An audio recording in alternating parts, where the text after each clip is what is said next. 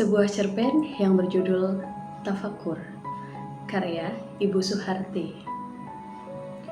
Pengalaman ini saya tuangkan terinspirasi penuturan Ibu Ashraf Alwi Shihab dalam majalah Amanah 07 yang lalu.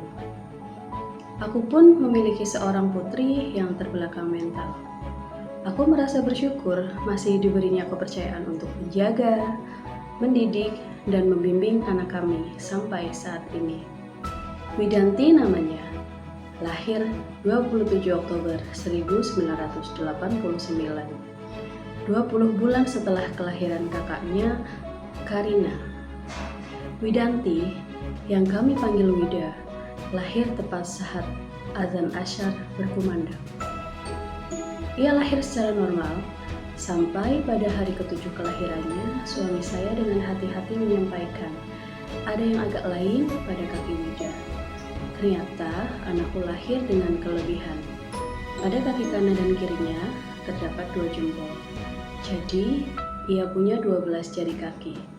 Aku cuma menjawab, Alhamdulillah, kita harus bersyukur. Insya Allah, kalau ada rezeki, suatu saat akan kita operasi jika memang mengganggu. Daripada kurang jari, lebih baik lebihkan.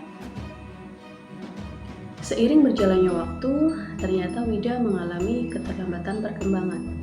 Sampai usia 1 tahun, ia belum bisa duduk, bahkan pernah mengalami kejang perut sehingga harus merawat inap selama 10 hari.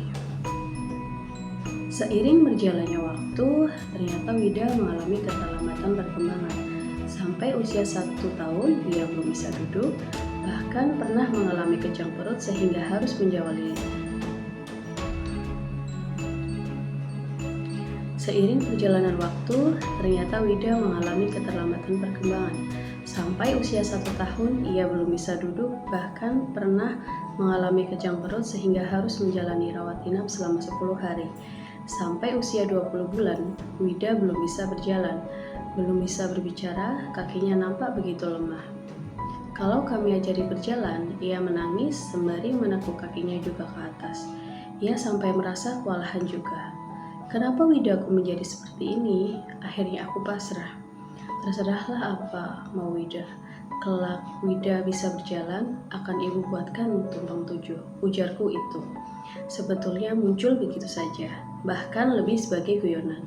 Selang 3 hari setelah itu, terjadilah hal yang mengagetkan. Aku menyaksikan Wida berjalan dari kamarnya saat ia bangun tidur, menuju ke arahku yang sedang asyik menyaksikan televisi bersama Karina. Jarak kamar ke ruang keluarga sekitar 5 meter.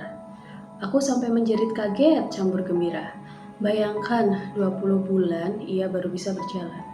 Ini karunia yang tiada terkira buat kami. Kupenuhi ucapanku, kubuatkan Wida tumpang 7 dan mengundang anak-anak tetangga supaya Wida. Hari-hari berjalan dengan kesyukuran demi kesyukuran. Ketika rezeki kami membaik, kami pun mengoperasi jempol kaki Wida saat ia berusia 4 tahun. Sehingga jari kaki Wida nampak tidak berbeda dengan jari kaki kawan-kawannya. Masih ada yang agak menyedihkan, dalam usia 5 tahun Wida belum terampil bercakap. Kami telah berkonsultasi dengan sejumlah ahli, tapi belum banyak hasilnya. Akhirnya kami masukkan Wida ke sebuah taman kanak-kanak di dekat rumah kami. Kami memberitahukan bahwa pengasuh TK Iqbal ada kekurangan yang ada pada diri Wida. Selama 2 tahun Wida berinteraksi dengan para siswa di TK itu, sejak menjelang usia 6 tahun sampai menjelang 8 tahun. Tentu ia menjadi siswa yang paling besar, apalagi fisiknya yang terhitung longsor. Kami bersyukur Wida memperlihatkan perkembangan berarti. Ia mulai lancar berkomunikasi. Begitu usianya 8 tahun, Wida kusekolahkan di sebuah SD luar biasa. Awalnya aku merasa ragu, menyaksikan betapa banyak siswa sekolah ini yang keadaannya jauh di bawah Wida. Namun, kemudian aku bersyukur, Wida hanya lemah mental, toh dia bisa berkomunikasi dan mengingat dengan baik. Seiring perjalanan waktu, ingatan Wida menajam. Ia mampu mengingat berbagai pengetahuan umum yang kuajarkan. Anehnya, pelajaran di sekolah seperti membaca dan menulis, dia belum bisa. Ibarat berjalan, kalau orang normal sudah 10 langkah, Wida baru mampu 1 langkah. Kendati demikian, aku bersyukur melihat tapak demi tapak perkembangan Wida. Kini Wida berusia 11 tahun, tumbuh cantik dan baik hati.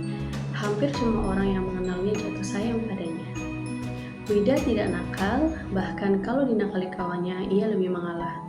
Aku sering mengajaknya berjalan-jalan entah ke toko atau bersilaturahmi. Pokoknya, hampir kemanapun aku pergi, Wida akan kuajak. Aku ingin memperkenalkan dunia luar kepada Wida agar ia beranjak memiliki pengetahuan sebagai mana anak-anak normal. Setiap bersama Wida di jalan, kulihat Wida menunjukkan rasa sosialnya yang tinggi. Melihat pengemis, ia pasti menyuruhku memberi uang kepada sang pengemis. Di traffic light, kebetulan ada penjajah koran, pasti aku disuruhnya membeli koran.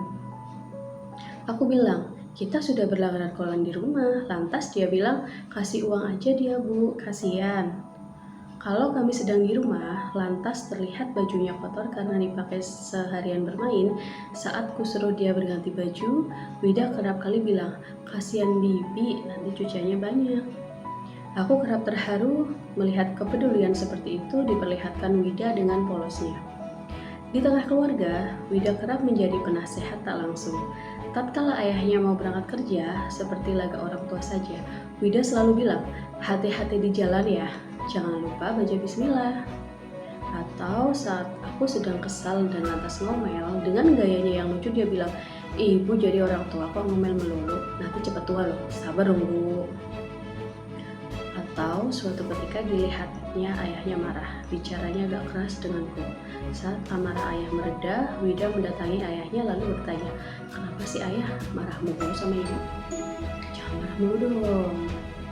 Dengan hal-hal kecil semacam ini, kami menjadi lebih sabar menghadapi kenyataan hidup, menjadi makin mengontrol kata-kata tatkala sedang kesal. Walau kami urai satu persatu, kisah tentang Wida rasanya akan menjadi panjang. Banyak hal membuat kami bangga memiliki Wida. Kami bersyukur dikaruniai anak cantik dan baik hati ini. Kekurangan yang dimilikinya tetap kami syukuri sebagai bagian dari rahmat-Nya. Terima kasih. Selamat ulang tahun untuk Mbak Wida. Semoga panjang umur, sehat selalu, bahagia selalu. Semoga selalu dalam lindungan Allah Subhanahu wa taala. Dan semoga bisa sering bertemu dengan saudara-saudara yang kecil ya, biar bisa ngantiin pampers ya. Oke. Terima kasih. Wassalamualaikum warahmatullahi wabarakatuh.